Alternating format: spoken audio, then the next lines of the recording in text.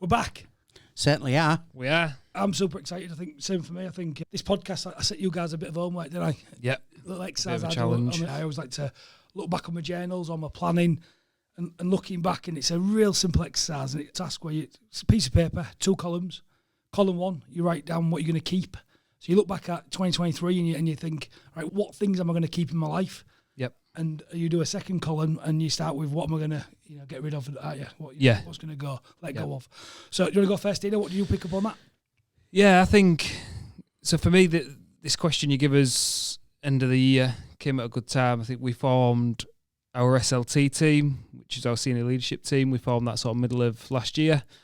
And it helped me piece together towards the end of the year what I need to do to be focused, to be able to achieve the goals, not only for myself, but for the company. What I came up with was I want to keep my family and friends circle. I've got it quite closed off at the minute, but I believe it's where it needs to be. And the reason for that is because obviously close friends and family who are valuable to you, to bring and over, you get like a well-being from them, which is positive. Quality time with the kids, I think that's another area I want to stick close to and work on. Same with the wife, some weekends away, etc. Focus my time on special time alone, away from the kids as well as being with the kids, if you like. I think you need both. Yeah, you need both. Exercise is another one. I get a lot of fulfillment out of that, making sure I stick to that. And I think, again, back to the SLT thing, what we set on last year with the company was clients. We found, me especially, I think this is more of a learning thing from management and the way we've been working recently, but learning that my time spent with valuable clients, customers who value their own success and want to succeed, are working with us. And if my time is spent with those, obviously that helps us succeed as well and grow as a company. So I've drilled in a bit. I've got a lot of detail on them as to why I want to do it, but they're what I want to keep. Leave behinds, I've got quite a few. I've got unstructured time with undesirable individuals. And what I mean by that is spending time with the wrong people that are not really bringing any contribution to me. That could be friends, it could be family, it could be work. And it's a lot of my time last year was sucked into doing tasks or helping individuals what wasn't really worth my time, in all honesty. Linking back into that, because people maybe haven't listened to all of our podcasts, we do a lot on Giant, don't we? Yeah, we do. And I think it's quite interesting listening to you say that, if you want to add to this, Paul, is because his nature, he always wants to be there for everybody else. Yeah, he does. So I think that's quite a powerful one, learning to say no. Yeah. I think looking at Dean's journey last year as well, it's really cements where he's going, because 12, 14 months ago, he wouldn't be saying them things, would he? No, and I think, again, that part of the SLT is we know where we're going. Me more with understanding what we're doing as a business. What changed with that, though? What in terms of what gave that clarity? I think going into the SLT and understanding my value to the company, understanding my role more, it's brought a lot of confidence and vision to me, if you like. So I've got the confidence to be doing what I'm good at, where sometimes I didn't necessarily have that. And I think just knowing where the business is going and how we get there, part of the SLT is focusing how we get there. And some of these things which I'm calling out at the minute, where my time's wasted, it's not going to help me help the business get where we need to be, if you like. I love that. I love that. That's great. Yeah, that's same things, family members and friends that are not bringing any positivity to my life. Sometimes we all do it. We get asked to go on a night out with a group of people you haven't seen for 5 or 10 years, and you're like, I can't really be bothered, but I'll go and make an effort. It's like, I'm not really interested. They're not going to bring anything to me anymore. There's no value for me going. It's more value for me sitting at home with my family. No, but I think interesting. We always talk about this time of year in terms of radiators and drains. Yeah. And so sometimes our friend circles change, our business circle change, things change. But I always think it's not so much them circles haven't changed. It's you've changed. It's understanding that and recognising that, and it's okay. And it is a challenge, in it. We have a group where we only see each other maybe once a quarter, don't we? Yeah, we do. But we always feel energised. Yes, because it feels like you haven't been apart. Yeah. But then the other side of it, though, is having that power to say no when life is getting a bit on top and let that go. I think that's a great one. Yeah, and that's one of the, it ties into what I want to keep and leave behind. Is if I can ditch these unstructured events that I don't want to be going to, or meeting people that are not bringing any value to me, I can be spending that time with what the things I want to keep, which is that time with my family. So yes, that's a big one. And yeah, and again, tasks without specific value. I think last year I was doing a lot of tasks that didn't necessarily bring any value to the business. A lot of wasted time, things what I thought needed to be done, when in hindsight, when I sit back and reflect, it was tasks that I should have passed on or documented and give to somebody else. So again, it's just that understanding where my time's best spent within the business as well, which has been a big one for me. But I think the hard bit on that is, anyone listening, we work really hard on understanding what we class as our HABU, our highest and best use. 70-30. 70-30, yeah. And I think it's, if you don't understand what your highest and best use is, it becomes a bit of a challenge on that. So I think, yeah, great work. It sounds like they've really challenged them questions. Yeah, they have, yeah. Any other bits we missed there? Is that you done? No, I think, again, I think I'd have really struggled with that, though. Paul said last year I wouldn't have said any of that, but I feel like where we've been heading last year, middle of last year, as a business and the team we've put together, I think it's clarified a lot of these. So it's made these questions quite easy this time. I love it. What have you got, Paul? So 2024, I think I've started planning for 2024 in the latter end of 2023, and it's just a part of just carrying it on. I think what was a big for keeping with me, a lot of my focus is family. I wasn't really good. I was very poor at switching off. Poor at switching off. But during 2023, my wife had a bit of a health scare, and it really focused me, because you can work as hard as you like. You can create whatever you want, but in a flick of a switch, it can change. It can all be gone. And it really focused my attention on where my focus needs to be. Don't get me wrong, I want to grow Think Mental Health. I want to grow other businesses, but it really doesn't stop me being where I need to be with my family. So I'm really making that a part of it. I'm really making part of keeping active, getting out walking. I think some of my best achievements and some of my best ideas during 2023 was whilst I was out walking and had clarity and being able to switch off. So I want to keep that going. I want to keep that going. I want to be more consistent. That's with business, family, and health. Because if you haven't got them three, what's the point of working all the time? Because if you haven't got your family, you haven't got your health, you struggle. What's the other things? Friendships. Sometimes I think I'm poor. And the reason I think I'm poor, I'm not a poor friend. I believe sometimes... You don't get your hand in the pocket at the bar. I get my hand in the pocket at the bar. I think that's my... I think the other one's connecting, keeping connected with people. But just unpack that one again, though, in terms of that one. You're saying you're a poor friend. I'm struggling with that one, if I'm honest. Not a poor friend. If somebody rings me up and says, Paul, I need you, I'll be there like a flash. I don't think I'm great coming forward. I don't think I'm the best to pick the phone up and be the first one to pick the phone up. And I need to be better at that. And I'm going to be better at that in 2024. Good goal for you to have. Good goal for me to have. Things I want to get rid of. I think I started during 2023. I got rid of some of the things that I loved to be with the people I love for the reasons I give in keep. I've scouted for Hull FC for 24 years. I gave that up to give me more time with my family. Andy's Man Club. I'm still with Andy's Man Club, but I pulled away from a position with Andy's Man Club. You was in a paid position, weren't you? In a paid position. I pulled away from that to give me more time with people that I loved. So my focus on 2024 is a continuation from 2023, but be more consistent. And I think we've talked about this, be more intentional with what I do, not accidental. No, I love that. No, great ones. For me, echoing again, just letting go of, well, let's start with things I'm going to keep my friend circle, but think of it like what you were saying, be more intentional. And I think we're 5 years into this Think Cloud journey, and it's been tough. It's been really tough, as you'll know yourself, you know what you're doing. Yeah. And there's always something new and shiny. We've got Think Giant this year to be shining. We've got Think Cloud to go to that next level. Yeah. But for me, I think what I'm going to really keep is my own highest and best use. You know, I'm spending more time in the SLT, really loving that role. like you mentioned, loving doing the 10-10-10s I'm doing, getting loads out of it because I spot tiny little things, but they're just tiny little things that seem to help, which you've called me up on that, which I thank you for. And just, I think I'm keep not forgetting what the one big thing is, like you've just mentioned there. It is the family time.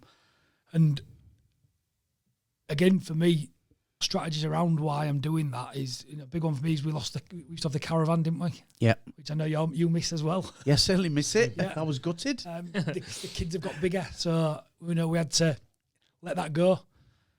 But on the same note, we had to have the miss had to have some sort of big conversation on what we're doing with the house and what we're doing. The house thought we was going to move, and she didn't want to move. So we're letting go of where the house was. We've been fortunate enough to put like a little bit of an extension on, just make that space better, so we can keep spending more time in the family home, so we can win. And letting go of some other stuff. I worked a lot last year at the office. I was working late, doing content and other stuff, and I did work. I got the balance better, but for me this year is we're making some massive moves. We've got some great new hires, haven't we? We have, yeah. People in the sales admin roles. We've got loads more people coming in, and just super excited to see that. I'm going to let go of some of the bits of the business, some of the areas where we're bringing experts in and other people who can do stuff far better than what I can do, Scott can do, even you can do. So I'm going to let go of trying to have control of all the bits and micromanage. I'm going to let the great people we've employed do what they need to do. That'll be great for you, won't it? Yeah, exactly. Be great for you because you'll be able to think about other stuff and where you're going forward even more, won't you? So I think that's it for me. Where I'm going. Any of the bits, any ideas what have come up from you guys? 'Cause I think for me, your point there is what we're definitely going to keep is the walks. Yeah, I'd like to get that more structured this year. So we need to have a bit of a brainstorm about this. So and we will do. Yeah, and we'll get some dates out for everybody because loads of people have asked me about that. Loads and loads of people have asked me because other things like I let go of. I've always been part of BNI. Love BNI. I was part of it for 7 years myself. I had to let go of it because I need to spend more time with my team and everyone in the team and the organisation, and I need to spend more time with my family and other bits that you can't do everything. No, and even business meetings. A lot of the business meetings that I go to now, the first conversation that people speak to me about is, love your walks. Yeah. Love coming on your walks. Love seeing you out on your walks. It gets them out on the walks. So it's brilliant. Even though they don't come with me, they go, oh, after seeing you going out on your walks, we've jumped on and we do our own. That's brilliant, isn't it? Yeah. 100%. And I think I want to keep this year as well. I want to keep getting some great guest songs. I think looking back last year, we had some amazing guests. Oh, some fantastic guests. Some when you go back through the roster, some great guests, some great podcasts, some great learning. And I just think I do love the podcast for the little bits of reflection. Like today, it's like true reflection. Out you on? No, same. I think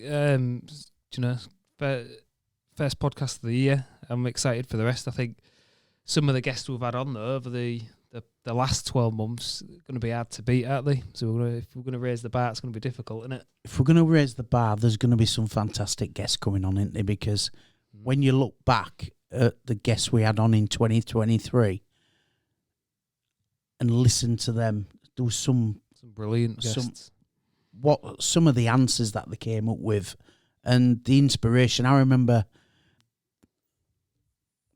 Dan Cockerell from Disney, how his journey started, and I quote this to everybody, started in the car park, ended up running Disney. Unreal. Amazing. Later on, the last one in 2023, we had Luke Campbell telling us about his story. Unreal. Yeah, I missed that one, but a brilliant podcast. I was not happy. Can't remember why I missed. I got stuck at a client's, didn't I? Yeah, you was. Yeah. Again, had to service the client for the great of the company, so missed that one. No, but I'm really looking forward to 2024, and let's see where it goes. Because if it's out like 2023, it's going to be some rad. Yeah, I think we need to set a little challenge on that. Seeing as we're introducing, we're back in the new year, introducing ourselves again to the podcast to set the scene. We need to get some guests and really raise that bar, and let's see if we can. If we've got achievements we want to push for business, podcast-wise, need to get some other guests. That's our challenge. Yeah. When was the last guest you booked anyway? What? Oh, there you look, got him. Bit straight away on it when I bit there. So I've got some more questions for us. Yeah, go on. So we've done. So I wanted to have a little look back at reflection on personal growth. Yeah. Which I think that area was. Anything else you want to add on sort of personal growth? What you're working on? No, I've got plenty. I've got plenty on way. I think we went through 10-10-10 today. We had a 1-to-1, didn't we? And you give me some areas which I'm already working on, but some good tips at the same time. But no, I've got plenty to go at. Man's my health, my physical health. I'm really working on that in 2024. I've already booked. I'm doing Paul for Brain 10K. Yeah, I'm on that with you. I'm doing the Andy's Man Club 10K, and I'm doing the Great North Run 20K. So I've got Rich are entering that. yeah. So I've got 3 booked in this year already. So Wow. I need to set myself goals and challenges because it gets the best out of me. Yeah. So I've set 3 there, and I'll be doing some more stuff. We're doing the Andy's Man Club Dalimar. Is it Dalimar? Yeah, that's it. Dalimar. Yep, I yep. always get confused. What's that? What's that? It's like we're doing a 10K. All right, I'll put okay. that on. Yeah, You might be interested in that one. Yeah, definitely. You do know the Great North Run's a half marathon.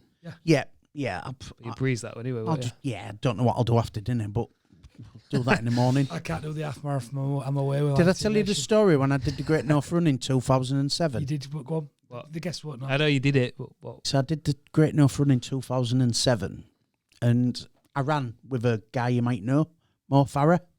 Yeah, I think I. So as I got over the starting line, because my pace, you have to start at the back. When I got over the start line, Mo Farah had finished. That's true. That yeah. I didn't come last.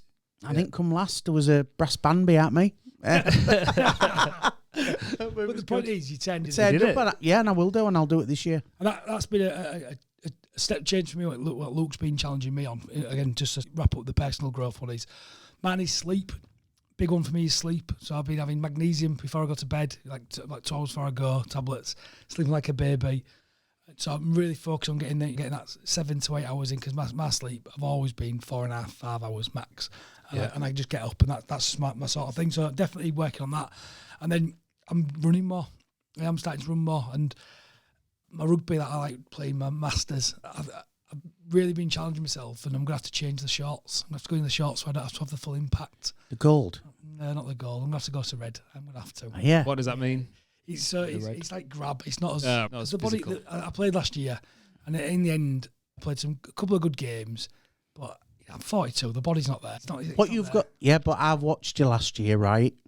And you know when you said you're putting these red shorts on, is that so nobody can hit you? They can hit you, but it's not as hard. What about you hitting somebody else? You've got to take it steady. Yeah, all right then. So We'll let you know at the end of the year. it's an area of personal growth, isn't it? Yeah, it's an area of personal growth. But part of that though is that we've been playing football, haven't we? I wanna keep that. Tuesday night. Yes. Five-side football. I want to keep the rugby, the banter, and I need to let go of it. I don't have to be in the thick of it like I used to be to enjoy it. Yeah. I don't have to be, and I think there's a lesson there for me on that. Yeah. So I'm going to be doing a bit more running, so some areas. So that's sort of me wrapped up. You got any other bits? No, I'm cool. You done? No, same thing. New year and hopefully a more, structured year. That's what I'm aiming for. Get us where we need to be. I love it. And then other bits. What tech advancements are we looking forward to this year? I'll start. Obviously, I'm obsessed with AI, aren't I? Yeah. I just really believe the way that's coming on now. I was getting integrated into how we live, work, and play. It's going to be a game changer this year. There's some exciting things from Microsoft coming out with the Copilots, Google with Duet. Just so much competition out there at the minute, and when you get big tech competing, look at the iPhone and the Androids, and just look at where it goes. Super excited to see what this year's going to shape out like. Because again, for us, we've launched Think Giant, haven't we? Yeah, it's a leading tool, and I think when you look at how AI's impacting that and how technology's changing that. Let's talk back, Dean. Remember when we first met? Back in the day in my previous career. I remember it must have been, how many years ago was you doing your MVQ in leadership? 10 years. How long have we been in here now? 5 years here. So 10 years, isn't it, at least? Yeah. I remember you having to do your maths and your English and then get into it, and it took you 2 years to do all that. And I remember you coming in and seeing you in Melton, doing your MVQ and your folders and supporting you. Like, how painful was it to do that MVQ? It was difficult, yeah. Struggled, but... And then in comparison, if you compare and contrast that to what you've learned in the last 18 months as doing Giant, Netflix for leadership, what's the difference? I think because you're future thinking, you saw that I needed the MVQ because you knew where we was going. At the time, I didn't see it as that. I didn't understand leadership. I didn't understand personal development or development of staff. I didn't see any of it. I didn't see the value of it. I didn't see the process to it. So looking back on it now, it was like a stepping stone to start that journey of learning. And I've been in IT, every day is a learning curve, but not to that extent. You know, leadership is a completely different learning path. But it set the foundation for where we need to be, and it's obviously worked, hasn't it? Because we've got some great leadership tools in now, haven't we? Oh, world-class leadership. And what would you say with that? Because I just remember, when was it you started thinking mental health? When was that Christmas? What Christmas was it when you rang me? Do you remember the conversation? 2019. Do you remember that phone call? When it Boxing Day, you was having to do your test. Yeah. Boxing Day, I was teaching. Doing your teacher test, weren't you? Teaching assessment, and I just turned up and I said, I can't do it anymore. What did you say? What did I say to you? You've got two options. You either follow your passion, follow your dream, or get a job. It's easy. Because people were ringing me up. I'd had 30 odd years in food processing. People were ringing me up saying, come and work for me, Paul.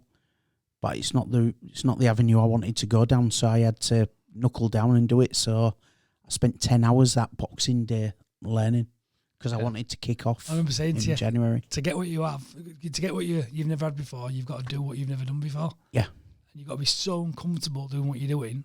Yeah. But you can do it. Oh, totally, 100%. And I didn't think I could. But that's it's another story that I can tell. It's another part of my journey that I had to go through. And it's another bit of experience you can pass on. Because there's thousands of people out there who would have felt the same as me and who still do. 100%. And it's absolutely brilliant. And if I'd have had the education 10, 15 years ago like I have now and what Giant can deliver, it'd have been a game changer for me and the company. Yeah, exactly that. And what have you learned about yourself, both of you, in this sort of journey then from that? Man, I think the first part of Giant, when I say the first part of Giant, because we've been on it, a couple of years now? 18 months, 2 years coming up. 2 years, yeah. Just about when I first brought in. I've understood a lot about myself and how I come across, and I've also understood how to deal with different types of personalities in depth, I believe. I've got some good examples of that, but I think the way it's changed this year primarily is because of the way we're going as a business and the way I've learned a little bit more about the role and what ThinkCloud expect of me. I'm having to use some of the voices that are not my natural traits. I'm having to put different type of voice in. I'm having to be a bit more guardian, diligence. I need to be more process driven and more formal, more constructive time with staff. And it's hard. It's hard to change your voice order, but once you've done Giant and you understand that you need to jump into these different voices at times, that's basically what I'm trying to bring in at the minute, is to use the different voices that I've learned in the platform. Different tools, different way of thinking. Yeah, just to, again, I don't listen about putting yourself in a box. It's just understanding that we all think different. Some people are extroverts, some people are introverts, some people are really focused on tasks, some people are focused on people more. And it's just understanding that we can all link to all of them. But I think for me, Giant's at the leading edge of psychometric leadership. It gives you a mirror to hold up to yourself and for others to do the same. And I think how amazing is that? And I think the challenge we've got is, back to this question I had on this, I see a change in leadership. I see AI changing the way we learn. I see tech changing the way we learn in complete new ways. For example, when I came out into your office earlier, you guys who's done this task and you've gone through it all, and just explain the way you used AI to sort it out. Yeah, so obviously I got the question. I dropped the question into AI. But rather than me structuring the question formally on a document, I put in my answers underneath and I asked ChatGPT to structure the questions in correspondence to my answers, but then to structure it in bullet points, and then a bit further, once it had come back, to restructure it again into 2 lists, 1 keep and 1 leave behind. Where that had took me, although my answers contributed to the overall outcome, it had took me probably 30 minutes to do it. I think I did it in less than a couple of minutes for me. And I think what we're seeing now is we're working towards having what's called a general intelligence. And AI is going to have a general intelligence. And what I mean by that is, at the minute, the models you've been seeing, like your ChatGPTs, things like that, they make mistakes and there are errors. Like I had you say, can you do that for you? But what did you mention before? It didn't have enough context for your answers, did it? Exactly. It's what you feed it. You've got to feed it the right questions for it to give you the right answers in the right format. Dean put all his information in, but Dean put more detail in than I did. And Dean got the result that he required. I didn't. But the shift that's coming. But yeah, So the shift that's coming, there's a new product. If anyone's listening, go research it. Google Gemini. That's touted, as I'm sure ChatGPT will come back again. But Google Gemini's touted that it's actually got a level of general intelligence. And what I'm predicting, because it is January, I made predictions last year that AI was going to be everywhere. Yeah. I was right, wasn't I? yeah. I'm making predictions this year that we will see AI reach a level of general intelligence that surpasses humans this year. Right. And where I think that causes us some challenges around governance and containment, and I think we have to do a separate podcast on that. But what I mean is, containment for me is the genie's already out of the bottle. So it's about really making sure that this is contained and used in the right way. So let's talk about we're going to have elections coming up this year. Can we trust what we're going to be seeing on Facebook and social media on AI that can do voices as us, it can do videos as us? Yeah. So we're coming into a real new area now where I think we need to look at containment. We need to look at how this technology is used. And also, we're already starting to see AI policies. We've got one in our business. If you listen to this podcast, go to our website, think-cloud.co.uk. You can download a template done for you.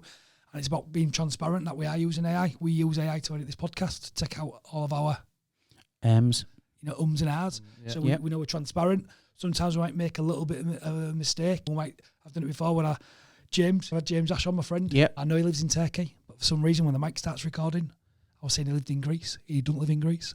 So we can use AI to just go over and overdub the mistake I've made.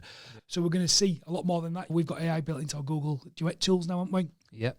And but we're lucky that we use different models, but we've got the data controls, because at the minute, you've got one AI is good for one thing, it's not always good for another thing. We've got someone good at writing code. So for me, this year, and my predictions, hot on, like I said last year, ChatGPT's only been around about a year. It's had over 100 million on it. I predicted this 12 months ago. What I'm going to predict is that these AI models are going to surpass our own human levels of thinking. And that gives us a problem, because all of a sudden we've got a piece of technology that's actually better than us. It's just making sure that's used and adapted in the right way. I see misinformation being one of the biggest challenges. So it's just making sure. So I see that, and I also see shifting dynamics. So I've got the tech one, and the shifting dynamics for me is just the whole world's going to change because of this technology. And what I mean by that is, we're moving into a world where we've got free energy with solar and renewables. There's talk of the Saudis building a dam, moving water and using solar energy and all this. So we're able to do things that we could never do before. But I think it's going to change the way we work. Jobs are going to change. Everything's going to change. So I think we're really going into a new shift. And I think more than ever, people really need to find work that they really do find gives them a sense of purpose. Yeah, is what I'm saying. And I think when I talk about shifting dynamics, I think you'll be busier than ever, because companies need to restructure mental health. We talk about, it's okay to talk, but is it really in organisations? I think we're going to start seeing that getting called out. Do you want to add to that? Yeah, I believe the companies that I work in and the people that I've met over the last 3 years, a lot of companies have fantastic EAP programs. What's an EAP program for? So, employment assistance program, where people can ring up and get assistance from a counsellor, or there's information on this. There's some tools about mental health, and great, absolutely fantastic. Honestly, they're brilliant. But a lot of people want to just speak to somebody, want to speak to a person. They don't want to go online and type in some. They just want to speak to a person, and I've seen a growth in that. And I've seen the better results, because sometimes people want to speak to people. And I think we're forgetting about just basic comms and basic communications with people. And I think that's where I've seen grow in 2023. Even though companies got fantastic EAP programs, everything, they've got apps, they've got stuff, brilliant. But people just want to speak to people. Well, I think it's like what we said about, we talk about the Man Club all the time in terms of the growth we have, and more and more clubs just keep growing and growing. And I think the big challenge is we don't have the tools or the vocabulary to talk about mental health. Yep. But I think more than ever, we need to be talking about mental health, but we need to be talking about jobs are going to change, job roles are going to change. All this AI that we're talking about is going to automate a lot of tasks. Like, Dean, you do project minutes and loads of different stuff, what you used to hate doing, but you use AI and you don't mind it now. No, actually, you actually enjoy challenges doing all it. that, didn't you? Yeah. Talk through that. Yeah, I've used it for same page meetings. It's again, it's all about what you put into it as to what you get out. But my challenge has always been getting what's in my head, getting it onto paper, and so it's readable and it's understandable and it's clear. That's what I've always struggled with, because I know what I want to say, but sometimes it doesn't come out properly on paper. But me using these technologies has allowed me to excel really at doing report writing and doing meeting notes and same page meetings and structured processes. Because it can do it 10 times, well, a million times better than I can, so why not use it? As long as you're giving it the right information, you get the desired outcome. Yeah. You know, And you showed that earlier, didn't you, when we was preparing for this podcast? Yeah, do you know what's coming out of it at the other end, it's been invaluable to me really, because some of the stuff that I've been able to pick up, and for example, we do a lot of 5 why processes in the business, don't we, to invest. Explain what it is for someone. We'll find out if a problem's occurred within the business. Basically, the 5 why process is simply asking the question why 5 times to get down to the root cause of what's actually happened. But AI has allowed me to investigate it further, give it more detail, and get it to really dig into what AI thinks has gone wrong. And that really relates and corresponds to what we've already documented as well. So we're actually, that bit of information there is critical, what you're pulling out of it. And it's helping us piece together what's gone wrong and then build process on top of that. Action plans, yeah. Yeah, to stop it happening again. And ultimately what you're talking about there is exactly what I predicted anyway, in terms of we're gonna see AI augment us. And when I use the word augment, what that means is, it sounds like a fancy word, but what it means is it's just going to enhance what we do.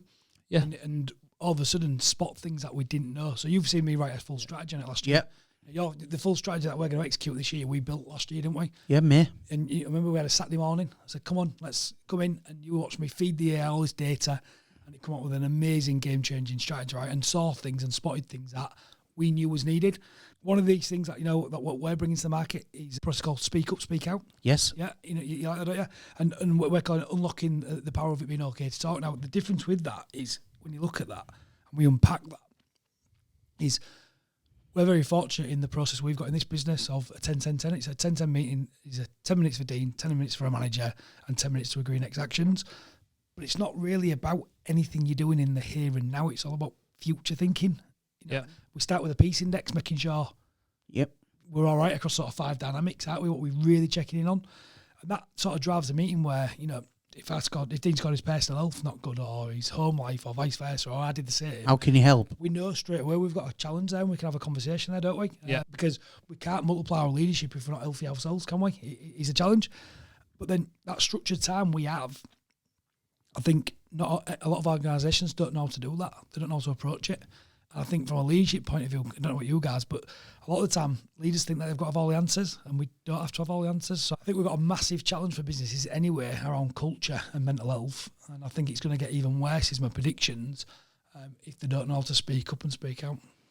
Yep, and I think 2024 is going to be very interesting. I think with a giant platform and speak up and speak out, what we're going to, I think over the last 3 years, I think we spotted some gaps that we can really help companies succeed, and a lot of it comes down to communication, doesn't it? Yeah. Just communication. It's what we've been talking about in the last 5 minutes in different forms. Yeah. With your 10-10-10s, your peace index, and things like that. It's all communication. And I think what my other prediction this year is career and skills development.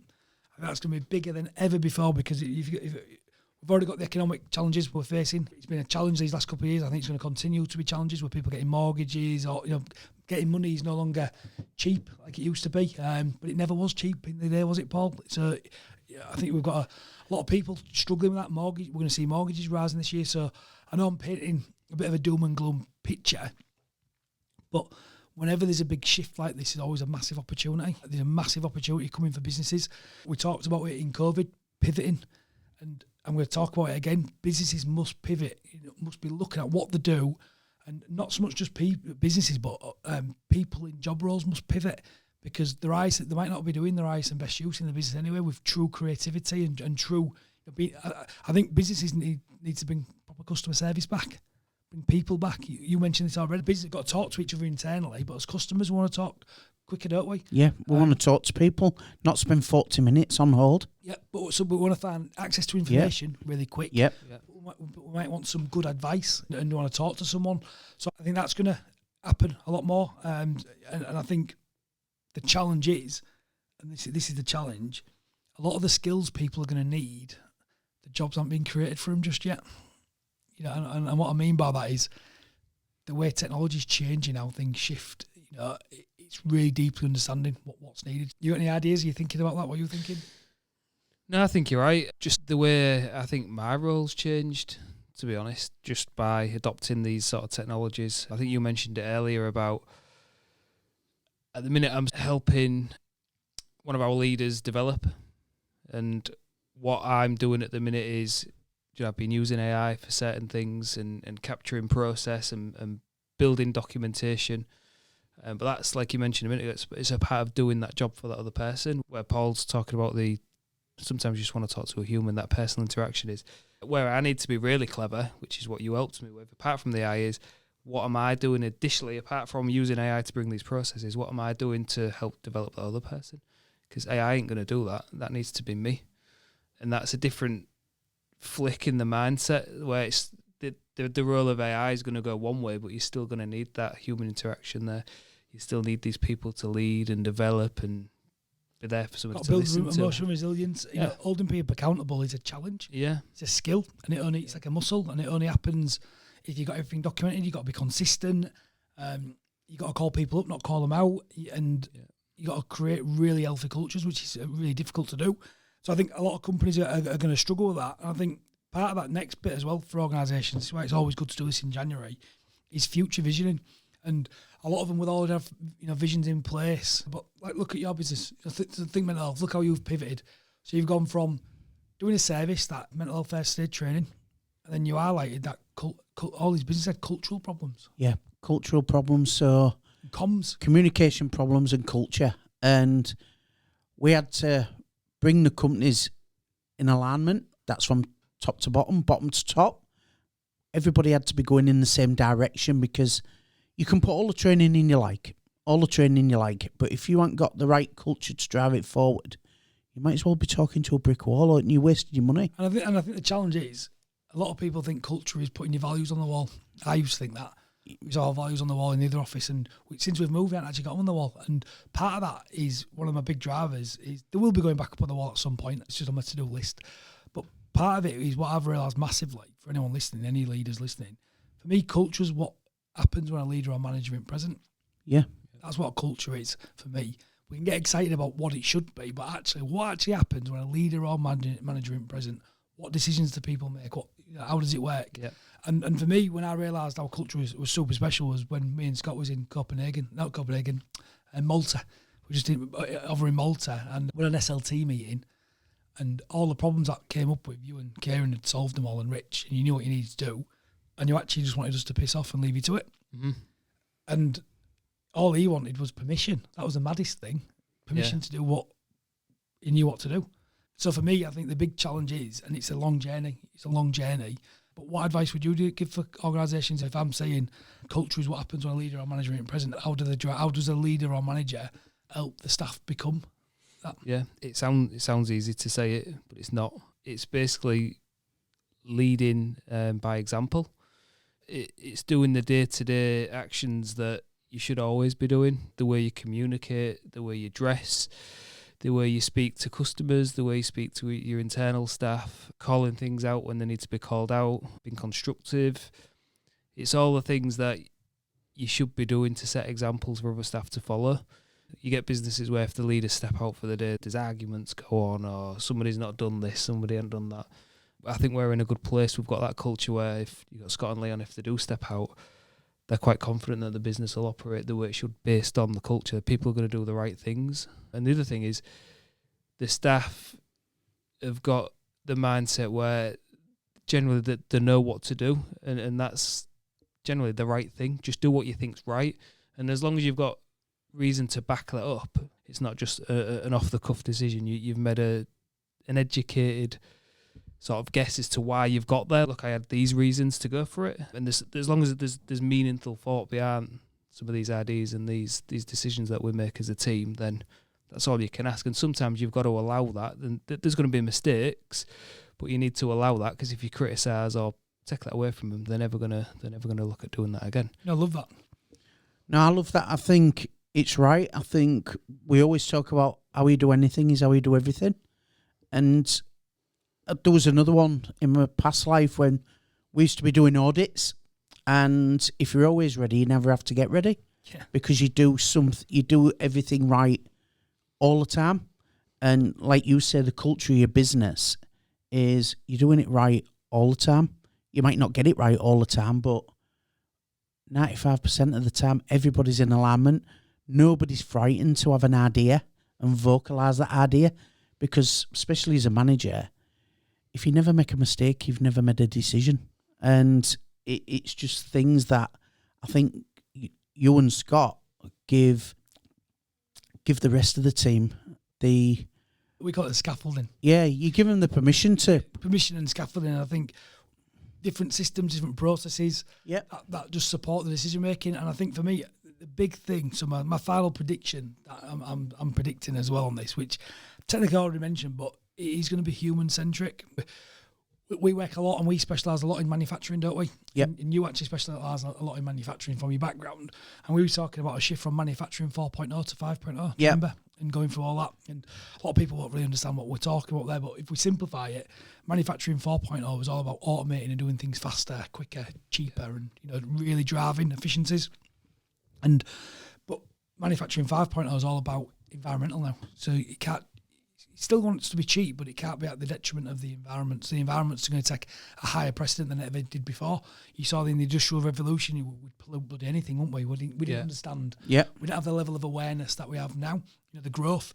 So you're going to see manufacturing 5.0 is massive on the environment, because we can't continue to keep doing what we're doing. We're going to see supply chains connected and bought into that. We're already seeing that.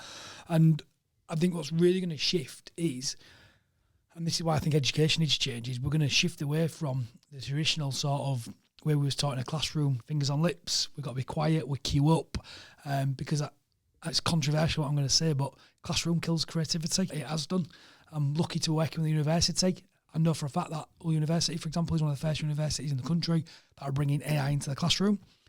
So what they want to do is get the results done quicker and then use AI and the time they have to really drive deep understanding.